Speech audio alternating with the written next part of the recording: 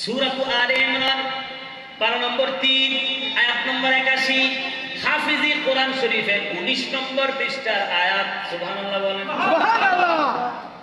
কোরআন বলেন অ্যাপ্লিকেশন যদি থাকে অর্থ দেখে নেন। আল্লাহ রাব্বুল আলামিন বলছেন বিসমিল্লাহির রহমানির রহিম ওয়া ইয আখাযাল্লাহু মিসাকান নাবিয়্যিনা লামা আতাইতুকুম মিন কিতাবিন ওয়া হিকমাহ সুম্মা জাআকুম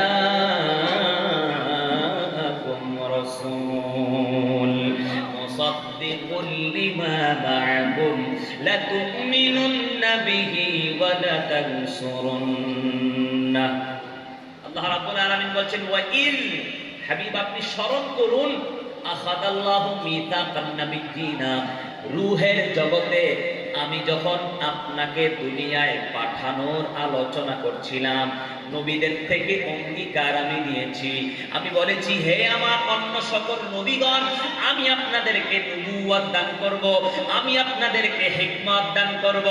এই আলোচনাগুলো রূহের জগতে হয়েছে। কোথায়? রূহের জগতে। ভালো করে বলবেন কোথায়? যখন আল্লাহ রাব্বুল আলামিন মানুষ তৈরি করেন না, আসমান জমিন তৈরি করেন নাই, রূহের জগতে আল্লাহ রাব্বুল আলামিন নবীদেরকে নিয়ে আলোচনা করতেছে। হে আমার অন্য সকল নবীগণ, আমি আপনাদেরকে নবুয়ত দান করব, আমি আপনাদেরকে হিকমত দান করব। আল্লাহ রাব্বুল আলামিন অঙ্গীকার নিয়েছেন। এরপরে আমি আপনাদের নিকটে এমন একজন রাসূল পাঠাবো, সুম্মা জাআকুম, আপনাদের কাছে একজন রাসূল আসবেন, এমন রাসূল মুসাদ্দিকুল লিমা মা'আকুম, আপনাদের সঙ্গে যা রয়েছে আপনাদের দ্বীনের সত্যায়নকারী হয়ে আখেরি নবীকে আমি দুনিয়ায় শুভ আগমন করাবো।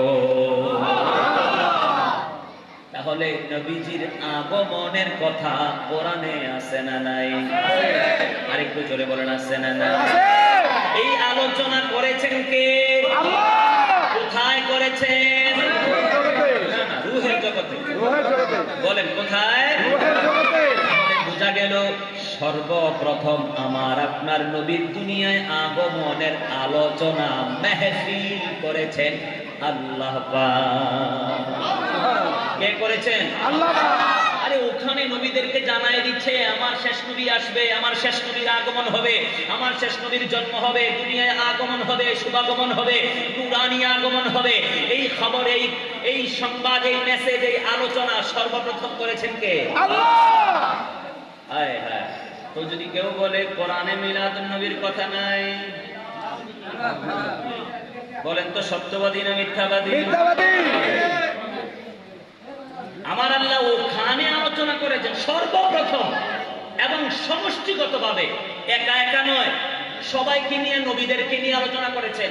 আমি সর্বশেষ নবী পাঠাবো, এমন নবী তোমরা যে দ্বীনের দাওয়াত দিয়েছো, তোমরা যে দ্বীন প্রচার করেছো, তোমাদের উপরে যে কিতাব দিয়েছি, এই তোমাদের সত্যায়ন করবে আমার শেষ নবী মুহাম্মদুর রাসূলুল্লাহ সাল্লাল্লাহু আলাইহি ওয়াসাল্লাম।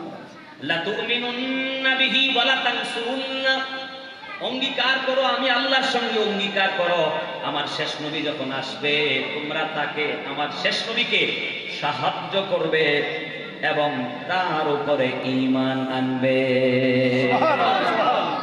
তাহলে এইটা কি নবীজির আগমন সংক্রান্ত আয়াত নয়?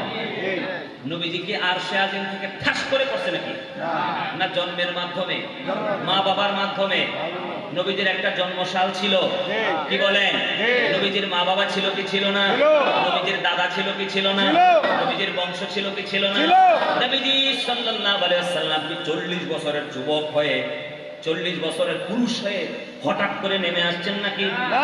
তাহলে বোঝা গেল নবীজির জন্ম হয়েছে, নবীজির মা বাবাও ছিল, নবীজির দাদাও ছিল। নবীজির আগমনের সময় অলৌকিক কিছু ঘটনাও ঘটেছে। এই সমস্ত কিছুর আলোচনার নাম হলো মিলাদুন নবী। নারে তাকবীর, নারে তাকবীর, নারে সালাত, নারে সালাত, নারে গাউসিয়া, নারে গাউসিয়া। ঈদে মিলাদুন